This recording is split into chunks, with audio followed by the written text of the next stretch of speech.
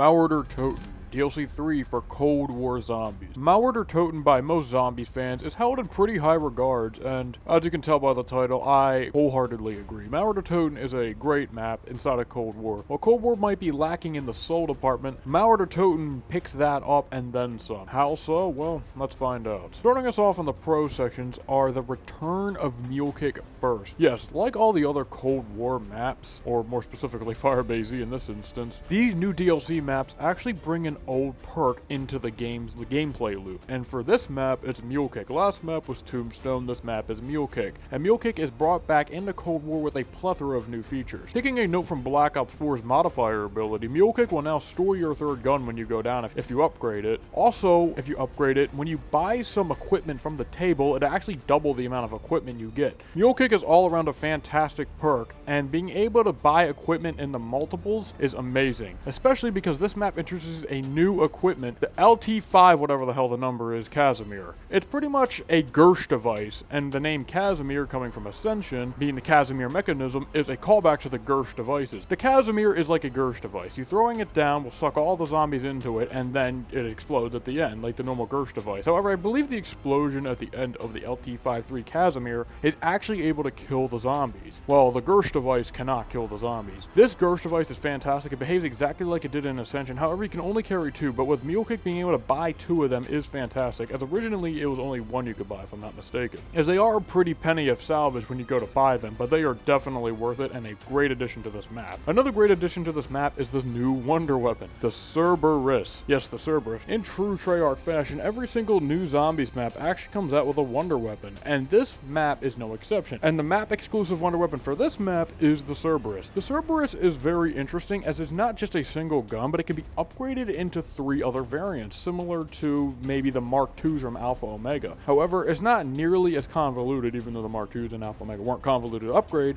but it's even less convoluted than that. So the base Cerberus, in my opinion, spoiler alert, is the best version. It's pretty much a laser pistol with a copycat drone surrounding it, which something really cool about this map and this gun itself is its personality, and this drives well into the Cerberus point, because whenever you pick up the Cerberus, you'll be greeted by one of the Requiem leaders, either Strauss, Gray, or Carver. Whenever you start the game, one of 3 will be selected, and whenever you pick up the Cerberus, they'll begin talking to you and commenting on whenever you get a kill. This is to make up for the lack of personality Cold War's been known for by driving as much personality into this map as Treyarch possibly could. As you know, there's no operators, so they can't do anything with that, but this is the next best thing, and I believe they went the extra mile with this. The Cerberus may have a lot of personality, but the gun itself is fantastic, as the Cerberus is, like I said, a laser pistol, which absolutely destroys anything, and it can be pack-a-punch, of course, up to 3 times like any other gun in Cold War, and when it's maxed out, I believe it does 7,500 damage per shot, and being able to rapid-fire spam it, plus the copycat drone, you will shred through zombies and all mini-bosses on this map.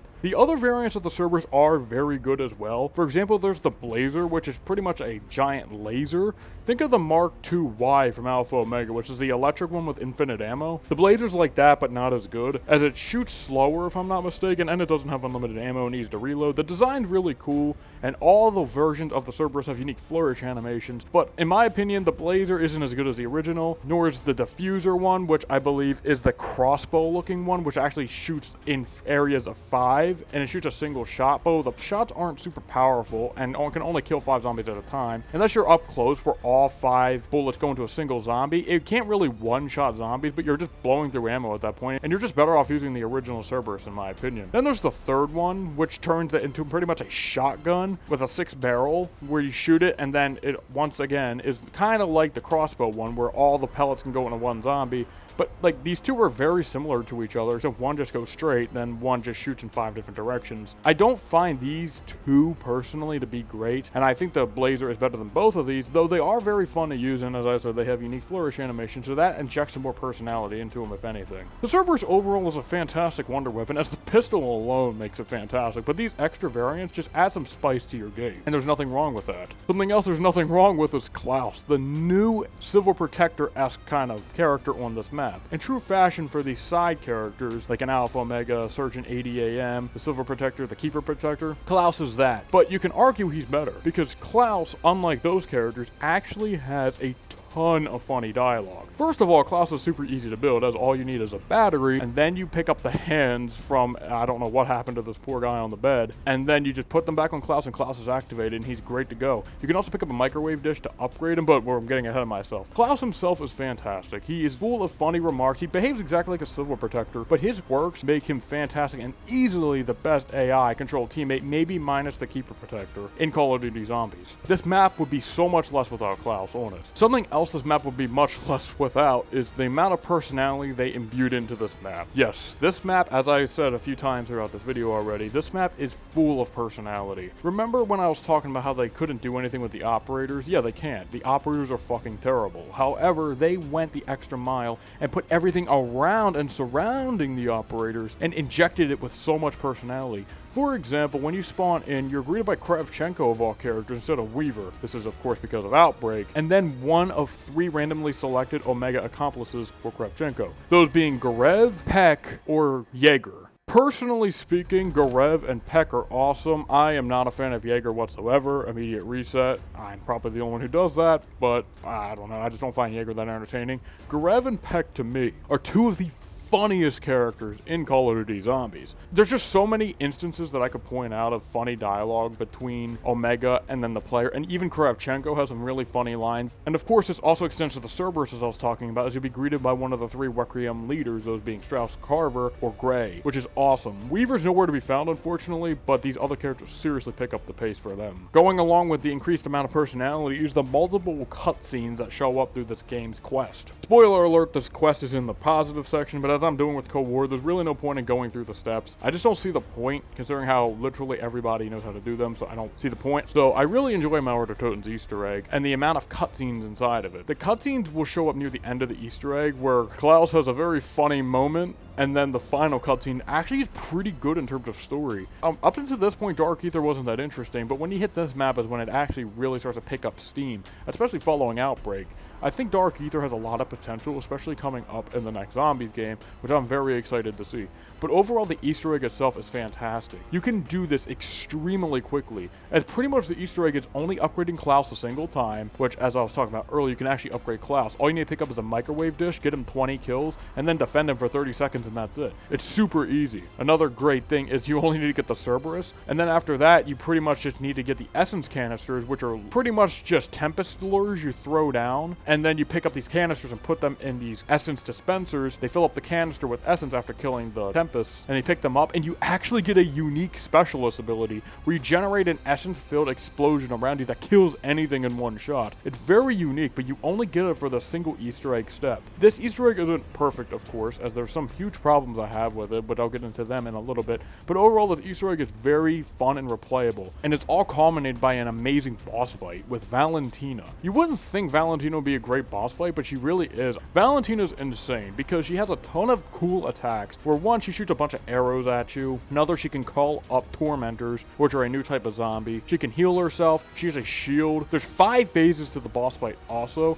and in the 3rd phase, she actually gets a new one-shot attack, so they're introducing new boss attacks as the fight's going on. It's intense from head to toe, though there is a problem with it, and you get a little too much time in between phases, but it is nice as you can refill armor, because that one attack where she shoots like the spikes and arrows at you destroys your armor in an instant. So perhaps it's for the best, but Valentina's an amazing boss fight, and then when you defeat her after 5 phases, and you can actually call Klaus in too, which is really cool, you actually get a cutscene where Klaus grabs the bomb, you capture Valentina, and then Klaus makes an ultimate sacrifice as he slowly walks into the Dark Ether portal. Klaus slowly walks into it, and then there's a bunch of zombies you need to defend him from, so you're just like spamming your gun, got Ring of Fire, whatever the hell you have in your loadout. Who am I kidding? You have Ring of Fire on because you suck at the game. You just spam the shit out of your gun, and then what ends up happening is Klaus eventually runs into the portal, and right before he gets in, he exclaims, perhaps the funniest shit I've ever seen in this game so far, despite the amazing dialogue inside of this map. Klaus goes into the portal, he sacrifices himself and closes the portal out. And finally, the map's Easter egg is concluded with a badass cutscene with a ton of awesome story lore tidbits. So yeah, this map's Easter egg is fantastic, though it's not without its problems. I will get into that in a minute. But Klaus and all the characters for this map and this Easter egg are fantastic. Malware Toten is swinging home runs, man, in a game where I always thought, from the beginning, I did not like Cold War at the beginning. I didn't think they could redeem this game because how soulless it felt. but this map proved me wrong. I didn't like it at first, but it slowly grew on me as I played it more and more. But that's about it for the pros section. There's a lot to go over. There's actually way more than I was thinking, but unfortunately I do have some bad things to talk about. Starting out is the new Tormentor rounds. Yes, in true Treyarch map fashion, every 5 or so rounds starting from round 10, you get the boss rounds or the max ammo round, and for this map, it's the Tormentors. Unfortunately, the Tormentors, unlike Hellhounds or Plaguehounds, are extremely irritating enemies. Tormentors are pretty much suicide bombers, that's it. They have no other purpose. They're reskinned Hellhounds from Firebase Z, and they're a lot lamer if you ask me. They look exactly like a normal zombie, but all red. I don't get it. And when you kill them, they explode, and they do a shit ton of damage to you. However, the problem lies later in the boss fight and then the quest. They spam these at you, and it feels really cheap. Thankfully, PhD helps negate some of it, but it's just really annoying. And the Tormentor rounds take a little too long as well, because I noticed they're a lot slower than Hellhounds are. And Tormentors themselves are just really lame, and I don't really think they were a great addition to this map. Another problem I have is that this map's Easter egg step where you need to get the uranium. This step is awesome the first time, however, like Tagged or Toten, you need to do that again for no reason other than to pad the Easter egg out. I thought they were making these Easter eggs easier. I thought they were getting rid of the padding, but no, unfortunately we are still sticking to tried and true tradition of padding out the Easter egg to make it take longer. I don't understand why. In co-op, sure, I kinda get it. Sort of. In solo, I don't get it at all. It doesn't need to be there. Just make the uranium step take one time through, and that's it. There should be no reason you need to go through it twice. Another problem I have is the power switch. So, as I was talking about earlier, when you turn on the power, you get scolded by Omega, right?